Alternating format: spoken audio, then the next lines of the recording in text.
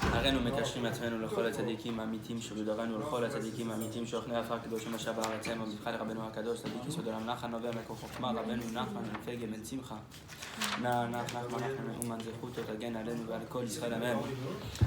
Okay, so Baruch Hashem, next week is Chanukah, and Rabbeinu HaKadosh, Rabbi נחמן Mefege, has some very beautiful words about Chanukah.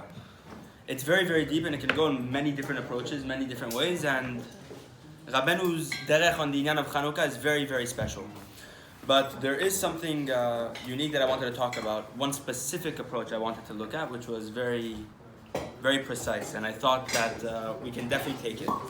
We definitely need it. Okay. So, just as a little background, we know Chanukah is not even technically a Chag. It's one of the only times, like along with Purim, where it doesn't have a special significance. It's during the week. It's all, you're engaging in the real world while performing the mitzvah of the menorah and the Chanukiah and all the intricacies of this holiday. But there is something special about Chanukah. There is something very special about Chanukah that Rabbeinu touches upon that I think is phenomenal. So to understand Chanukah, we need to understand where Chanukah is sourced. And the entire light of Chanukah and what the light really means or what the light really represents is sourced in the beginning of time, in Bereshit. It says, we know in the Pasuk, Bereshit bara Elokim et hashamayim et haaretz. Bereshit, in the beginning, Hashem created the world. Et hashamayim et haaretz, Bereshit bara Elokim. In the beginning, Hashem, Elokim, created et hashamayim et haaretz, the heavens and the earth. And then we say, Ve'aretz et tov v'avu, v'choshech ben tehom, v'ruach Elokim yachrevet al pnei hamayim. And then we after say, Vayom Elokim yehi or. And then after it says, and Hashem said, let there be light. So what the idea of light is, and how that's connected to Chanukah is what we're going to talk about. And what Rabbeinu really represents, and what he really means, is this inyan of, all right, cool. What the light really represents and how it manifests. So we're going to talk about the Haganuz tonight, the hidden light. And that hidden light is something that Hashem created at the beginning of time, is not a light that we know of. It is a light that is beyond the manifestation of this physical world. It is a light that is beyond the eye. It is a light beyond the senses. It is a light beyond the mind. It is the holiest light that existed. When it said, Vayomer Elokim yehi or, and Hashem said, let there be light, that light is referencing the Haganuz. Where it says about the Haganuz, and the Rokeach brings this down, Rabbi Elazar Rokeach, who is the teacher of the Ramban, who taught him all the Sodot of Kabbalah, who taught him all the secrets of Kabbalah, everything that the Ramban knew about these secrets, these high-level secrets, were from the Rokeach. And the Rokeach, who was in Germany at that time, 1100s around, it says every single Torah that he got was from Eliyahu Navi. So the Rokeach explains that in the beginning, when Hashem created the light, the Haganuz, it lasted for 12 hours before he shut it off. And he said, I see in the future that there will be Reshaim that will take this light to their advantage. So to protect this light, to make sure that this light isn't being misused, I'm going to hide it, store it in the future, so that the tzaddikim will be able to benefit from this la'atid level in the time to come. And what ended up happening, after the 6th day, after Hashem shut it off after 12 hours, after the 6th day, Hashem created Adam HaRishon, and he turned on the light again. And when Adam committed the sin, within the first couple hours of creation, the light got shut back off. But we know a very big inyan. The second Shabbat came. Adam HaRishon said, brought down the Midrash Rabbah, Mizmor Shir Leyom HaShabbat. Tov leodol laHashem u'zemer l'shmcha elyon. Who created this Tehillim? Adam HaRishon. Adam HaRishon is the author of Mizmor Shir Leyom HaShabbat. Why? Because when he saw when Shabbat came, after the entire sin that he had created, after the death that he had brought into the world, with the sin of the tree and with Chava and everything, he understood that Hashem's gratitude is beyond the scope of our intellect. It is infinite. And for that reason, he saw Shabbat and he said, wow, even on Shabbat Kodesh, I see that the light of the sin is not able to taint Shabbat. So what did he say? Mizmor Shir Leyom HaShabbat, that the light of Hashem has been restored. And on Shabbat Kodesh, what ended up happening? Hashem restored the light of the Haganuz. He brought back the light for 24 hours. And after the first Shabbat, he shut it off completely. So that Haganuz, that hidden light, is, if we do the math, lasted for 36 hours. The 12 hours at the beginning of time, which got shut off, and shut off immediately after the sin of Adam HaRishon, and brought back, when? For Shabbat Kodesh. And then got shut off permanently. So what does the Rokeach say? The Rokeach explains that on Chanukah, when you light the Chanukiah, there's 8 days of Chanukah. And each day, we light a candle. So if you add all the candles, day 1 you have 1 candle, day 2 you have 2 candles. Day 3 you have 2 candles, and you add them all up, you get the number 36. Which explains what? That on Chanukah, you are apt to this light, you are capable of receiving this Or Haganuz, which was hidden since the beginning of time, and to take that. So the tzaddikim, literally, when they light the Chanukiah, they do absolutely nothing except stare into the lights. That's all they do. They don't do anything. They don't read Torah. You're not even allowed to benefit from the light of the Chanukiah. You can explain a few halachot to understand the implications and what we're talking about when we light the Chanukiah. Whether it's Sfaradi or Ashkenazi, the laws are a little bit different. But everybody agrees on certain yanim, and especially when you get into the idea of the Kabbalah, the Sod of the Kabbalah, if you go to the writing of the Ben Ish Chai, he explains how to light the Chanukiah. And it's super, super deep, because the Chanukiah represents spiritual lights that you are not able to receive. You're not able to receive these lights. You're not able to receive these lights the entire year, except on Chanukah. So what ends up happening? When you light the Chanukiah, the Ben Ish Chai explains. The Ben Ish Chai explains when you light the Chanukiah, we know, of course, according to the halacha, it should be samuch lapetach. It should be close to the opening of the door, right? If you have a mezuzah on the door, it should be on the opposite side of the mezuzah, right? So on the next side. Now, the entire idea of Chanukah is pirsum nisa, to publicize the miracle. So what's the idea? They say the best thing is to do to put it next to a window so that people see the lights, so that people can benefit from the lights and remember the miracle. So each and every person has to do this according to their house and the layout and everything like this. But something very important according to the Kabbalah, extremely important, maybe the most important of all of this entire mitzvah of the lighting the Chanukiah. To light the Chanukiah, specifically, 10 tfachim close to the ground. That means not higher than 10 tfachim. A tefach is a hand breadth. So essentially what that means is 10 fists. To make sure it doesn't go higher than 10 fists from the ground, the Chanukiah. And there's many reasons and sodot that we're going to get into tonight as to why it has to be like that. And why the Chanukiah shouldn't be above 10 fists. Now that's the best according to the halacha, especially when you go into the Zohar HaKadosh, the writing of the Ayeh and the Ben Ish Chai. They explain to light it within 10 fists. So around this height is probably the bare limit. And to make sure it's between, the best thing if you can do, between 7 and 10. So around from here to here, essentially. This length. Not too close to the ground, but something along this length. So 10 fists, literally measure your fist like this off the ground, and that's the best thing to do. And we're going to understand why and the significance of why that's so important. There's a few other inyanim that we're supposed to light the Chanukiah until the footstep stops from the marketplace, which is at night. We don't light the Chanukiah at a time when people are sleeping, because the entire point of the mitzvah of Chanukah is to publicize the miracle so that people know about it. So we make sure to light it at least as long as people are still awake in the house. So the Ben Ish Chai explains at least 2 people. Meaning you should not light the Chanukiah with the bracha if there's nobody sleeping, if everyone's sleeping in the house and it's only you. You need at least minimum 2 people. He says light it without bracha, have kavanah. But to make sure, the best time to light the Chanukiah is at Tzet HaKochavim. Tzet HaKochavim, the second there's 3 stars out, the same way you calculate when Shabbat ends, Tzet HaKochavim, you light the Chanukiah immediately, you don't wait. And that's to make sure to be mitaken, this idea of the light of the Or Haganuz, so that what? Because you're going to repair the entire outside world. The entire idea is pirsum nisa, that people walk by and see it, and specifically, in the chaos of the world, we're doing it during the week, we're doing it during the 6 days of the week, we're not creating a special chag, you still go to work, you still do everything. Because Chanukiah, the light of Chanukah, is maybe one of the most special lights of the entire year. And we're going to explain why. So to understand why, and as we talked about at the Or Haganuz, what this spiritual light, this hidden light really means, and how it manifests in the world. So to understand this, Rabbi נחman has a very special Torah called Ayeh. We know this famous Torah, Rabbi Nachman's Torah Yud Bet of Likutei Moharan II. It's called Ayeh Mekom Kevodo. Where is Hashem's glory? And in this Torah, Rabbi נחman introduces a subject that many people are scared to talk about. Why? Because it's scary to talk about sin, and it's scary to talk about how God exists within the sin. Because it's a very dangerous topic. We know what halakha is meant to come do. Halakha is coming to give us the boundaries of what's allowed, what's not allowed. And when we talk about finding God within dark places, that makes the boundary very gray.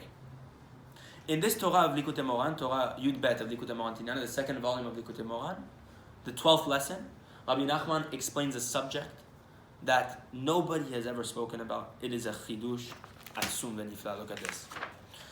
I'm going to read it because the words itself are extremely powerful.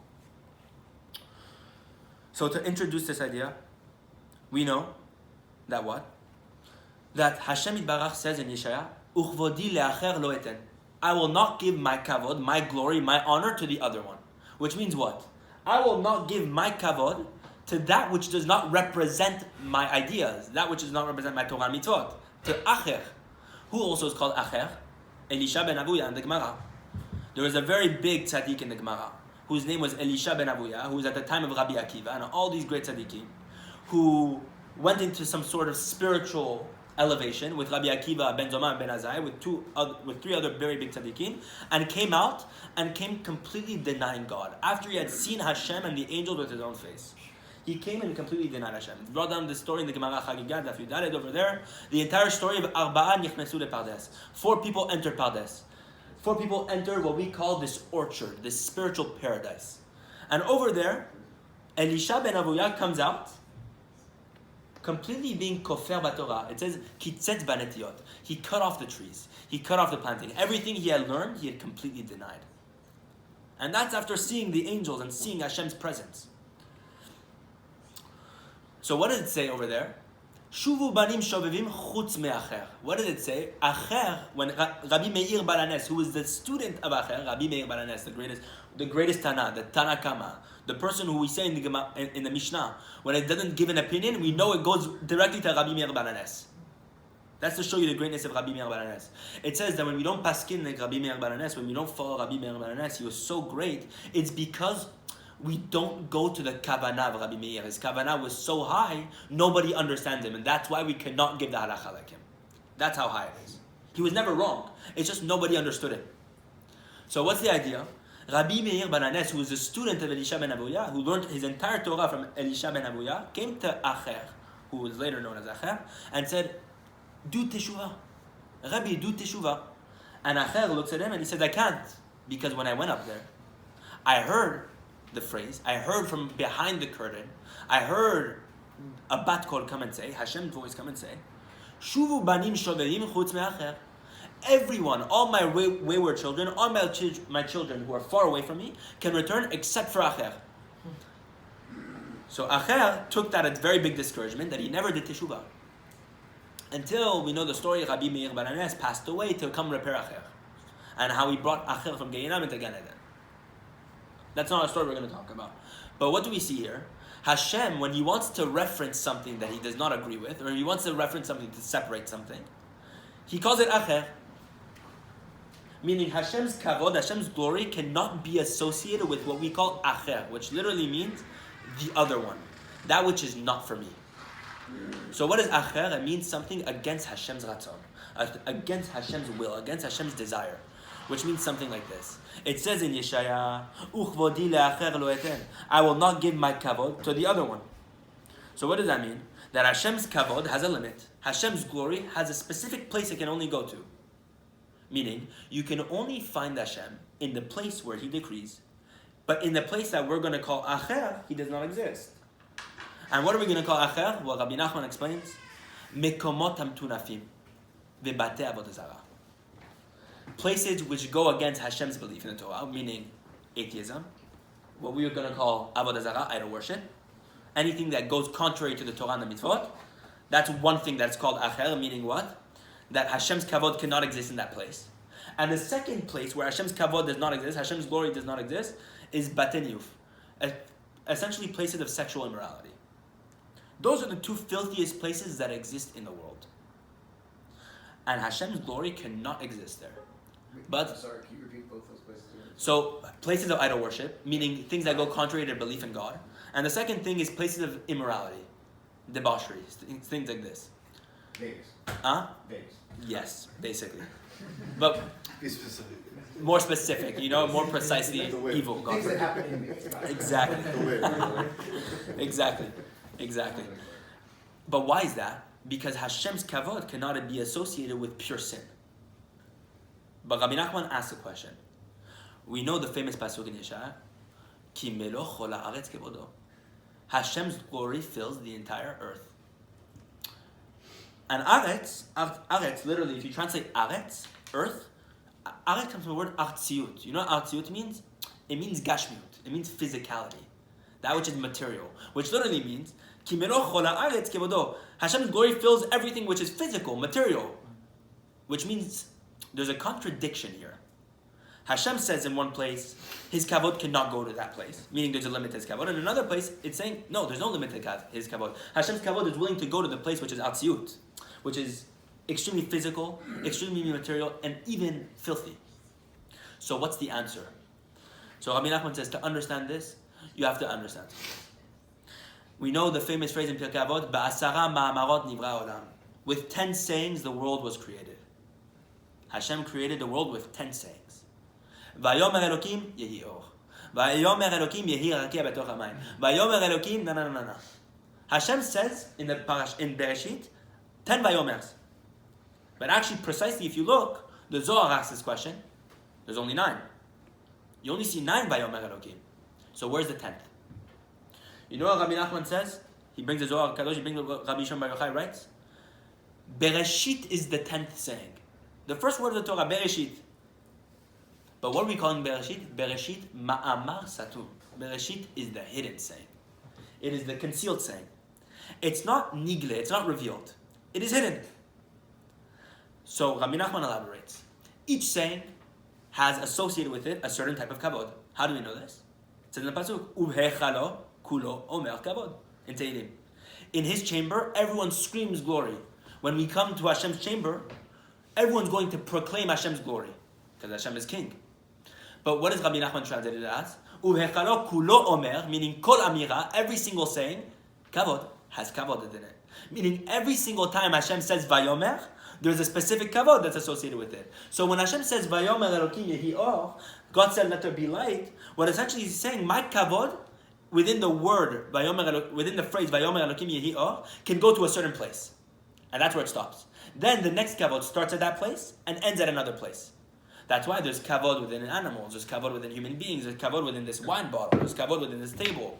There's kavod within absolutely everything, because the kavod of each and every saying of the creation of the world has a limit. And then where one stops, the other one continues.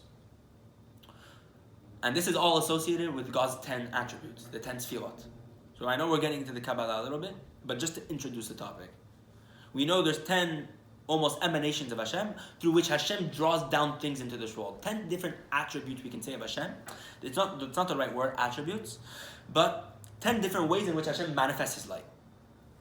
All the way from Keter, which is the crown, which is the highest level, until Malchut, which is the kingship, but it almost represents the Shekhinah, the divine presence, which in the relationship is the woman, it's the wife. So what's the idea here? Rabbi נחman is saying, each and every sphira has a certain limit of where the kavod can go. Hashem's light can only go to a certain place. But there is a special kavod that is associated with the word Bereshit. And that kavod that is associated within the word Bereshit has no limit. In fact, it is that kavod specifically that can go to the filthiest place. Now there's a big question everyone's going to ask. How is it possible that the highest form of God's glory goes to the worst place? It should be the exact opposite. When you go to the worst place, the least powerful light of Hashem should be there. The smallest light should be there. Why is the biggest light concealed in the ugliest place? To the point where Rabbi נחman says, in the place of filth, which every single person is going to go through in their life, and every single person goes through every single day, which we're going to explain, in that filth, the highest kavod exists. The hard part is attaining that kavod and drawing down God's glory into that place. So, how is it possible that Hashem's kavod, which is so high, goes down to the ugliest place? Batei avodah zarah, houses of idol worship, houses of immorality, and things like this, when normally it should be the light, the lowest light should be there. So Rabbi נחman explains in another Torah. We all know the famous Torah, ואפילו בהסתרה, שבתוך ההסתרה, בוודאי גם שם נמצא השם יתברך. בוודאי גם שם מלובש השם יתברך. In the hidden place, in the concealment, that is within another concealment. Meaning in the place which is furthest from God. And not only it's so far, but you yourself don't even know how far you are. Meaning that's the novelty. Forget in the concealment. Being concealed from Hashem is already far. But what about this? What if the fact that God is concealed from you is not even known to you? That's the scariest thing. Because what we're talking about now is a person who falls so low, who's so asleep, he doesn't even know he's sleeping. And in a place like that, there can't be light there because there's no moment of consciousness. There's no moment of fixing.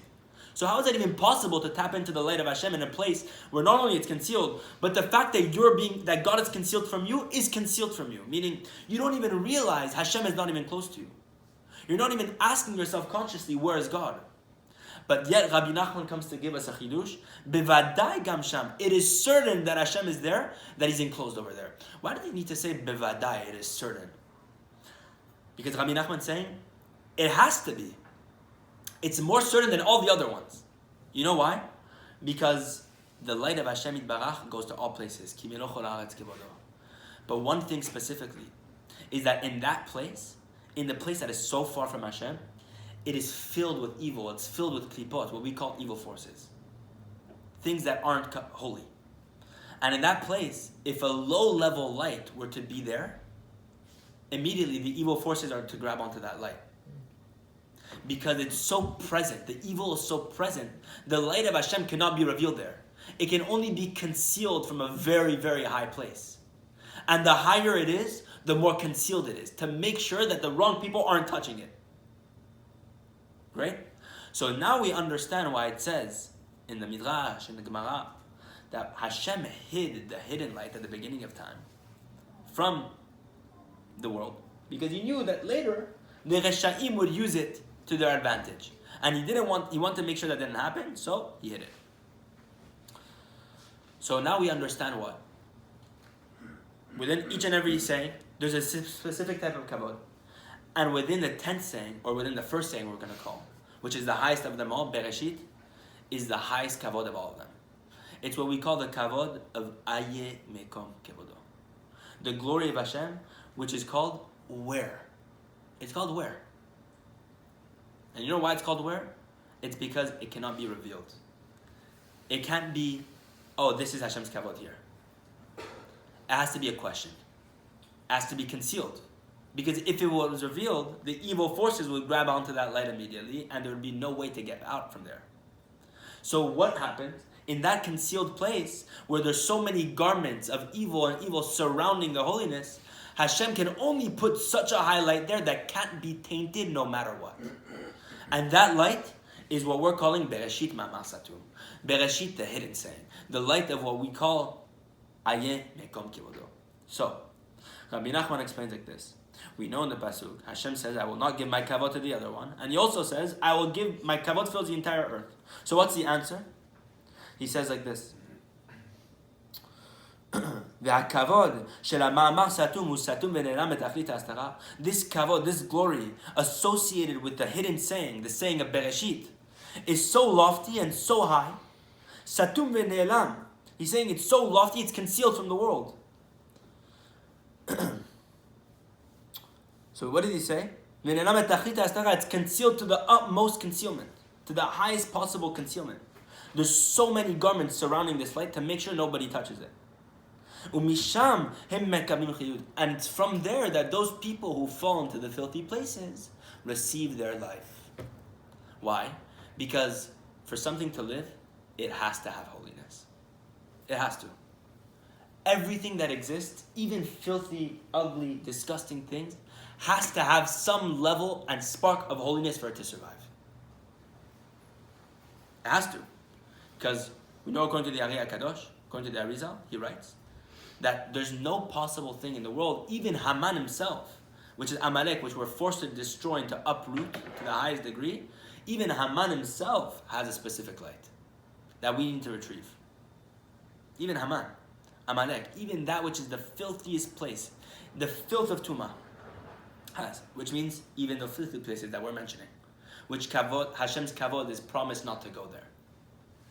So there is a specific kavod that can go there, but it can only be attained in this circumstance, which we're going to talk about right now. So nothing can exist without holiness, nothing.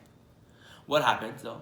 Something filthy has the least amount of holiness there, that's there giving it life. Without that thing, it completely disappears, it completely evaporates. Which is why on Purim, it's the only day of the year where we're allowed to get drunk. Because Haman, what did it say in the Gemara?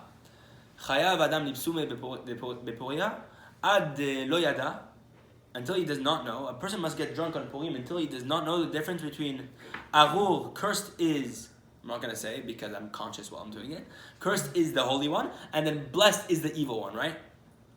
Blessed is Haman chad v'shalom, and cursed is Mordechai chad v'shalom, right? That's how you have to get drunk to get to that place. So what does the Arizal explain? He explains like this: the only reason why you can only do it when you get drunk, and to make sure that you get drunk to the point where you don't even know the difference between Haman and Mordechai, is because when you get drunk, you're not fully conscious. So when you're saying, blessed is this evil one, you're taking out the light that exists within Haman without giving him extra force. Meaning what? You're not implanting more holiness within him. Because you're drunk and you're not conscious, all you're doing is elevating the spark within Haman, but not enough to give him more light. So what happens with Haman when you're drunk and you say that? You lift up the spark within Haman, the holy spark that Hashem created within Haman, and Haman is left like a corpse, which means he's done. So in that place, which is also the same idea we're talking about on Purim, you're attaining the same keter, you're attaining the same bereshit ma'amar satum, bereshit the hidden saying, because you're going to that place in total concealment, in drunkenness, to reveal the holiness in the evil thing, which makes no sense. Makes no sense. So, to continue on the idea, ומשם הם מקבלים חיות, כי מבחינת הכבוד והממרות והמתגלים, אי אפשר להם לקבל חיות משם. In this filthy place, the glory that exists within the other 10 sayings or the other 9 sayings of Vayomer Elokim cannot go down there, because they're revealed sayings, they're revealed glories. The glory of Hashem is accessible, and therefore by the fact that it's accessible, the evil forces are going to grab onto it, and it's going to give them more force, rather than being able to lift up the soul who has fallen there. You're only going to be trapped in there more. So, what's the solution for all this? So he says like this: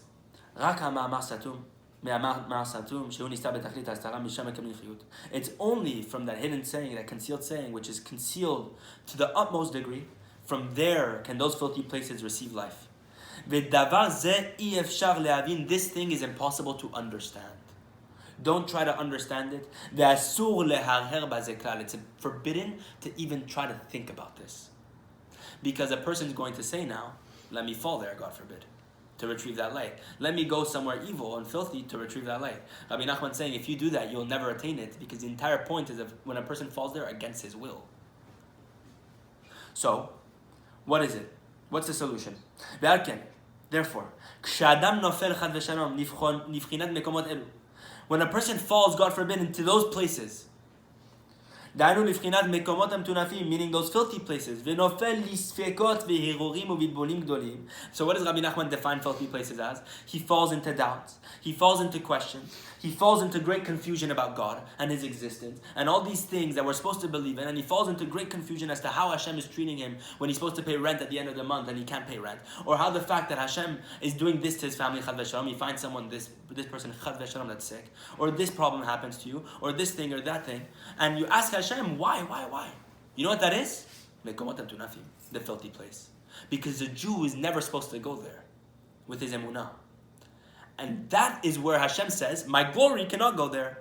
Because you're questioning after my righteousness. The King of Kings, you're going to question Hashem. You're going to say, Hashem, how could you do this to me when Hashem Yitbarach is good to all, He's kind to all, and He's doing everything for your benefit? And you're going to have the audacity to say, how is this possible? And you're going to even ask Hashem, you're going to even start questioning whether Hashem exists, chad v'shalom. And Rabbi נחman says, when a person falls to these radically evil or radically dangerous places, the spiritual downfall. And then he begins to look at himself. He looks deep within himself and he begins to ponder. And he sees that he's very far from Hashem's glory. And he begins to ask and request. And by the fact that he's so desperate, all he can do is look up to the sky and scream, where is Hashem's glory? Where are you, Hashem, in my life? Where are you, Hashem? What are you doing to me? Where are you? By the fact that you yourself see you are so far from Hashem, by the fact that you are so conscious over the fact that you are so far from God, just the fact that you are conscious and you ask yourself the question and you're screaming out to Hashem, where are you? By the fact that you fell to these such far places, may God spare us from this.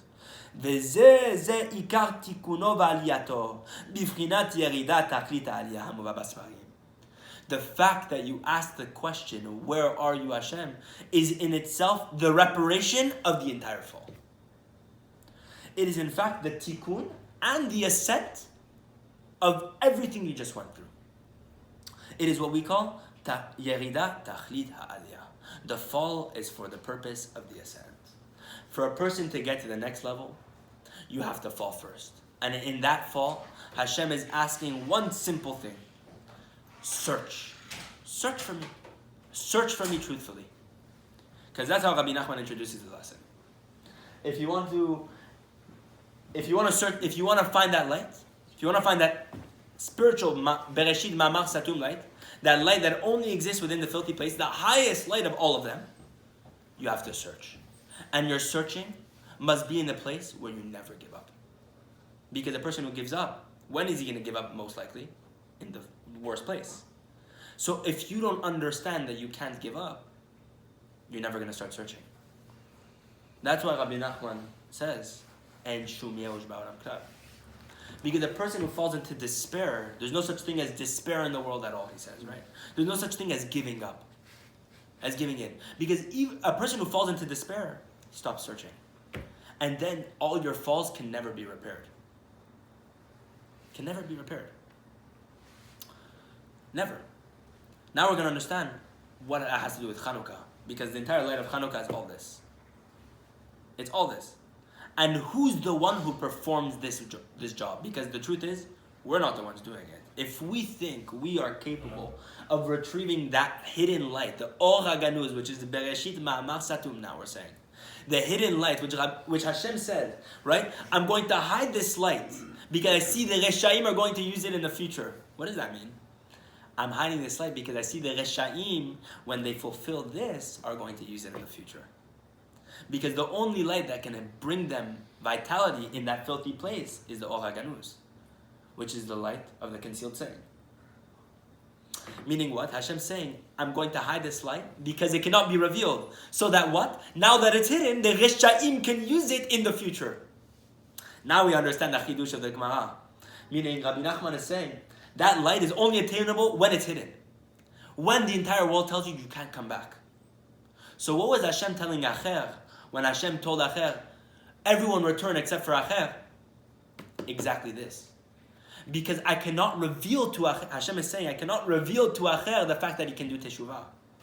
But Acher didn't understand that even when Hashem tells you cannot do teshuvah, that's exactly where you need to start searching. Because when you start searching, when Hashem tells you no, that's when you attain the light. Because the entire point is that you're falling to a place where Hashem is saying, no, I will not exist with you there. And what's Rabbi נחman saying? No, you don't understand Hashem's kavanah. You don't understand Hashem's intention. Hashem is waiting for you to bring him there. But what? You have to search when everyone tells you it's not worth it.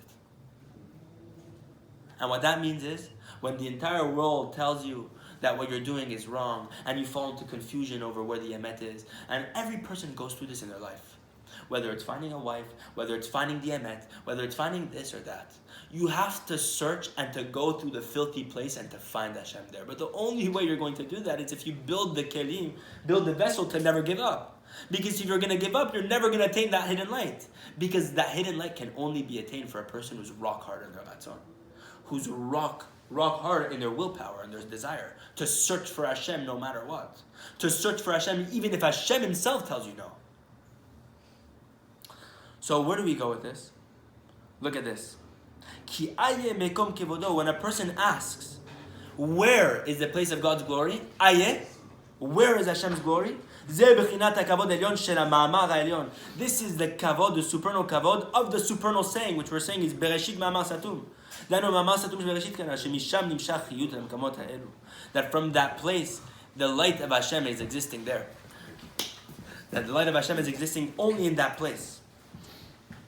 So what are we saying? What is Rabbi Nachman's summary here? Nimtza. When a person goes and seeks and searches for Hashem and asks Hashem, where are you? Meaning when you get to the point where even you get to the biggest confusion and you don't know what to say, you don't know what to do, you don't even have the strength to pray, you don't have the strength to do anything. All you can do is look up to Hashem and say, oh Hashem, where are you? In that place, the entire fall gets repaired into the ascent. But it's only under one condition. Because to think, God forbid, that we can do this intentionally, that's where the mistake comes in. You have to do it specifically from a place where what? It's sincere and you never meant to fall in it. Because it can't be revealed. You can't go there to reveal the light intentionally. Everything has to come from the question. The only way to attain that light is from the question. That's why anything that is associated with the highest lights is always great question. What did Moshe Rabbeinu say? Ve'nachnu ma. He said about him and Aaron, what are we? Moshe attained the summit of what a human being can attain. He attained the highest light of Hashem. He saw Hashem panim et panim. He saw face to face. And what did Moshe Rabbeinu say? What am I? Because to be there, you can't be in any single state except for the state of what? Or question. It can't be revealed. Because to be close to Hashem, to be truly close to Hashem, it's to draw Hashem into those places where you think Hashem doesn't exist. Now, we all fall to those places unintentionally. So the truth is, Torah is more applicable than ever, because for the tzaddikim back then, this Torah might have been applicable once in a while, because these people were never falling to filthy places. For tzaddikim like Rabbi נחman and the Ayeh Kadosh and the Baal Shem Tov and the Magid Mezrich and all these great tzaddikim, they were never falling to these filthy places. So for them, how are they doing this work? How are they attaining that light? And you know how they do it? Through people like us. Through people like us. Because when we fall to that place, God forbid, the only lifeline that we have is attaching ourselves to this big tzaddik who's able to turn our descent into the ascent. And now we're going to understand what Chanukah means. You guys know the nusach of the bracha of the Chanukah when we say it? Ladlik ner Chanukah. Right? Ladlik ner Chanukah. To light the candles of Chanukah. Now, the Rashash, who was one of the Talmidim, the Ayeh Kadosh later on, and all these great tzaddikim said, take the word Ladlik ner Chanukah. Normally when we say Shabbat Kodesh, we say Ladlik ner shel Shabbat. The nusach of the bracha of Chanukah, make sure to say it like this, Ladlik ner Chanukah, not Ladlik ner shel Chanukah. The Ashkenazim have a nusach to say it like that. It's wrong, according to the Kabbalah. Because the word, the entire koach of Chanukah comes from the first letters of Ladlik ner Chanukah, which is what? Lamed, Ladlik, ner nun, and Chet of Chanukah, which is Nachal, the stream. So what does the Rashash say? Rabbi Shalom Sharabi says like this. The Nachal is referencing where we're receiving our koach. Where is the light of Chanukah coming? From the Nachal Novea Mekor Chochma, from this flowing brook, the wellspring of wisdom. Which Nachal Novea Mekor Chochma, take the first letters, spells out נחman. The tzaddik, Moshe Rabbeinu, himself, this tzaddik who's at the level of Moshe Rabbeinu, is drawing the light of Chanukah. But why is that so? Because the only person who can lift this filthy man up in his place of descent is the tzaddik who's willing to go there. Because there's a principle like this. Brought down in the Gemara, I think it's Gemara Sukkot, I don't know 100%, doesn't matter. Le'olam lo yada hashchina mata me'asara tfachim. Mata me'asara. It is forever that the Shekhinah made a promise to never descend below 10 handbreadths. What does that mean? The Shekhinah, which is the Malchut, the wife, the woman, the divine presence, her koach can only go so far. The Malchut is the lowest level. The Shekhinah is the lowest level of Hashem's glory. It will become the highest at the end. But The Shekhinah can only promise to go to a certain place. What we talked about earlier, my kavod can only go somewhere where I say it can go. It cannot go to Acher. Why? Because those 10 handbreadths, where it said the Shekhinah will never descend below 10 is where the Acher exists, where the filthy place exists. But who's willing to go there? The tzaddik. The tzaddik's willing to go there. Because he's willing to serve Hashem through the filth. Which is why David HaMelech writes in the Gemara Brachot, אני ידיים מלוכלכות בשפיר ושביה כדי לטהר אישה לבעלה. My hands are filthy with blood, literally blood, and placenta to purify a woman to her husband. Rabbi נחman said the same thing the second he came out of a certain city in Ukraine after he had went through a very difficult period. He said, and my hands are filthy in blood, the same thing that David HaMelech said, to purify the wife to her husband. What's the idea? What's the analogy? What's the wife? Am Yisrael. What's the husband? HaKadosh Baruch Hu. But to purify HaKadosh Baruch Hu and to create a union between HaKadosh Baruch Hu and Am Yisrael is only possible if a person is willing to go to the filthy place. Because where's Am Yisrael right now? We're not above 10 tfachim, we're below 10 tfachim. In Eretz Yisrael, we've hit 49 gates of Tumah. We hit the 49th level of impurity in Egypt. Now, Rabbi נחman says we're in the 50th. We're in the Hastara Shebetoch Hastara. We're in the 50th gate of impurity, which means what? We're below 10 handbreadths. Which is why we need to let the Chanukah where? Below 10 tfachim. Because what's the entire point of Chanukah? To draw the light of the Or Haganuz specifically to those people who are not meriting. How? Through the koach of the tzaddik, through the koach of the nachal. La'adlik ner Chanukah, to draw that light to a person who's not willing, who's not fitting for that light, and specifically to light the Chanukah below 10 tfachim. Because you're showing the world that no matter where you are, there's no such thing as despair, because as long as you search sincerely for Hashem, you'll be able to attain the light, but it has to be sincere. Because when you're in that dark place, and the entire world is telling you cannot find Hashem, and the entire world is telling you you're far from Hashem, and the entire world is telling you you will never become anything, and even if you try doing something small, people will make fun of you. Oh, you did a small bracha, it's cute, it's nice. This like this, and you start to get confused. You start to say, Hashem Yitbarach, I'm trying to serve you even with my little bit, and people are confusing me. People are dragging me down. And everybody goes through this at their own level. People go through this at very high levels. Even Yitzchak Avinu went through this. You know what Yitzchak Avinu's filthy place was? In the Akedah, when Hashem's about to tell Avraham Avinu to slaughter Yitzchak, and Avraham Avinu is prepared to slaughter. As they're going up the mountain, you know what Yitzchak asks Avraham Avinu? Ayeh haseh leolah. Where's the lamb? Even Yitzchak had blemished his emunah just a little bit, because he said, I can't believe I'm about to die. Even Yitzchak Avinu went to Avraham and said, where's the lamb? Meaning, there's a part of me that's not fully ready. But Yitzchak Avinu was the entire tikkun of Yitzchak is within the actual question. Rabbi נחman saying the entire tikkun, the reparation of the fall, is within the question. Ayeh. Yitzchak was asking Ayeh, where is the sheep for slaughter? And what's the sheep? The sheep is referencing the word Bereshit. Because in the word Bereshit, the Zohar HaKadosh says, look at this chidush. It's in the Zohar HaKadosh. The play on the words Bereshit, bara taish. Hashem created a lamb. You know which lamb I was talking about? The lamb of Yitzchak. Meaning, what's the Zohar HaKadosh explaining to us? Bara taish. Hashem created the ram. Which ram? The ram of Yitzchak. Elosh shel Yitzchak. Meaning what? In the first word of Bereshit, you already had the question of Yitzchak Avinu, where is Hashem in my place? Because I'm about to die. Hashem, I'm not ready. Where are you, Hashem? Even Yitzchak goes through this. Meaning, what's Rabbi נחman saying? No matter whether you're the lowest tzaddik or the highest tzaddik in the world, you're going to have to go through the Mekolot and Tunafim. You're going to have to go through the filthy place. It might not be Avodah Zarah, but we fall into Avodah Zarah every single day when we ask questions against Hashem. It might not be sexual morality, but in our thoughts we're thinking bad things. It might not be this, but we're falling into this place, into this place, into this place, and we get discouraged.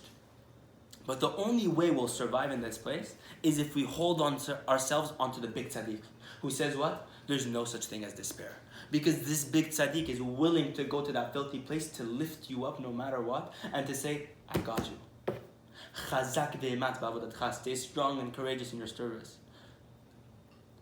כל העולם כולו גשר צר מאוד והעיקר והכלל לא לפחד כלל. The world is a very, very narrow bridge. If it's narrow, you're going to fall. It's by default you're going to fall. But the main thing is this: do not be afraid. Do not be scared. Because when you're scared, you begin to stop searching. The entire goal of what Rabbi נחman is saying, never stop searching. And when you never stop searching, you're attaining the light of Chanukah, whether it's in September, whether it's in November, whether it's in the summer, whether you're in the south of France or in this place, you're attaining the light of Chanukah. Because the light of Chanukah is the only light that's willing to go down that low. But it's all through the koach of the tzaddik. So the tzaddik is able to lift this person up to tame the or Haganuz. And that's what we're saying here. At the beginning of the lesson, Rabbi נחman says, a person should never follow his own intellect. Your own mind is very blemished. Rely on the chachamim. Rely on the tzaddikim who tell you what to do. But know one thing. The main essence of Judaism is only to go in simplicity and wholesomeness. To be simple with Hashem, without any wisdoms, without any sophistications. Stop trying to outsmart Hashem. And to ask yourself the question, before you do anything, to make sure that before you do anything, I will bring Hashem there. That's what we're talking about. So this entire Torah is only under the condition if a person falls in that category. A person who truly, sincerely searches and seeks for Hashem everywhere he goes. At work, at home, in the conversation with his wife, in the conversation with a friend, when he's speaking to a goy, when he's speaking to this. Every single element of life, you're finding Hashem everywhere you go. Not to pay attention to your own honor. And only ask yourself the question. Ask yourself, is what I'm about to do associated with God's honor? If yes, great. If not, I won't do. That's the best bet to find Hashem in every single thing you do. It's the most simple question. It's the hardest thing to apply.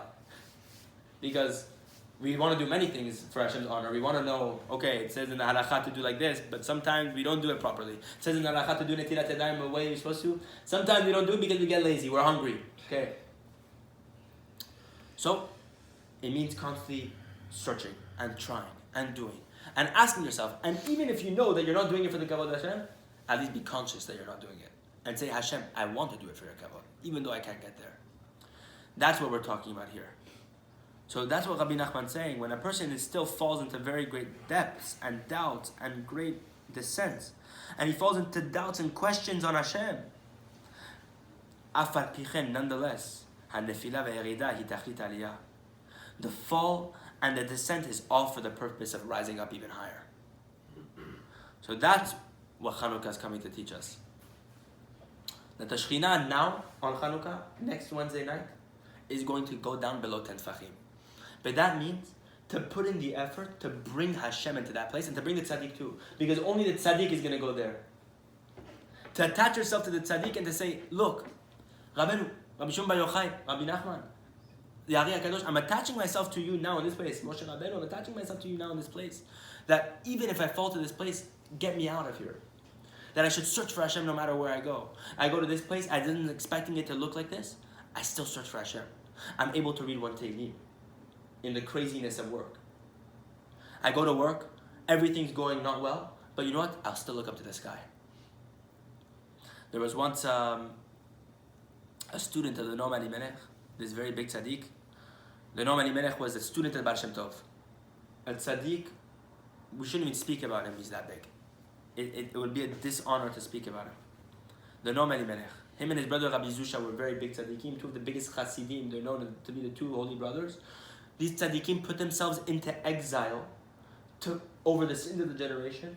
They went specifically to Batei Knesiot with big tzaddikim and purposely banged on the tables and acted like lunatics to not receive kavod. So people would chase them outside the city. To show you the level of soul sacrifice to serve Hashem for not themselves, but for Hashem only. So the Noam Elimelech had a big yeshiva with many talmidim. And there was once a person who came to listen to the Noam Elimelech. He comes and he listens. And he sees the Noam Elimelech. And he's amazed by the chidush of the Noam Elimelech and what he's giving over. And he comes to try to speak to the Noam Elimelech. And as the Noam Elimelech looks at this man who's younger, this Bachu who's coming to listen to him, he says, you get out in front of everyone. And the man's embarrassed. He walks out and he says, there's no way. I came all the way here to come listen to the Normani Melech and I get embarrassed like this. So what happens? That was Friday night, he comes back. Shabbat morning, after Tfilah, this night he comes to listen. And after the Normani Melech sees him, try to approach him, after the Torah, says, get out of here again. You I can't see. The guy's never met the Normani Melech. He's saying, what's wrong with me? Third time he comes back, Seudah Shishit. And on Seudah Shishit, it was raining outside. The man comes in and walks into the Beit Mikdash, and the Normani Melech is giving his shiur on Seudah Shishit. And after he's finished, the Normani Melech looks at him with even more anger and says, you, I don't want to see you ever again. Kicks him out, and the man walks out crying. And he sees it's raining, and he starts crying on the floor. He puts his hand on the floor and starts crying and crying. And as he's done crying, what does he see? He sees all the rain hitting each and every drop of the ground. That there's not a single drop on the ground that's not being covered by the rain. So the man starts to look at every raindrop after he's done crying, and he says, Hashem Yitbarach, look at this. I've never imagined how precise your details are. I never even thought that already since Rosh Hashanah you decreed which raindrop was going where, and which part of the ground, which raindrop was going to hit, and how everything would be covered and everything would receive its sustenance. And the man starts going from place to place and seeing everything, how Hashem Yitbarach has done that thing. And he walks back into the yeshiva, and the Normani Melech gives him a big hug, and he says, nobody can walk into the yeshiva until they recognize that Hashem is everywhere. To the person who recognizes that the smallest raindrop has a destination. The Baal Shem Tov once saw a leaf flying in the air, and the students were talking to the Baal Shem Tov, and the students were talking about the Baal Shem Tov, about the greatness of Hashem. And the Baal Shem Tov looked at them and he said, you want to know the greatness of Hashem? Follow me. And they follow the leaf, they follow the leaf, they follow the leaf, and where did the leaf fall? On the ground. So the Baal Shem Tov picks it up and he says, look under. What's there? A worm. And he says, you know this worm has been praying to have a leaf cover it because it needs shade and the sun is too hot. So just look at the leaf, how it lands on the worm. That's a person who's in tune with everything Hashem does to recognize that Hashem is everywhere. That's what Rabbeinu is trying to train us with.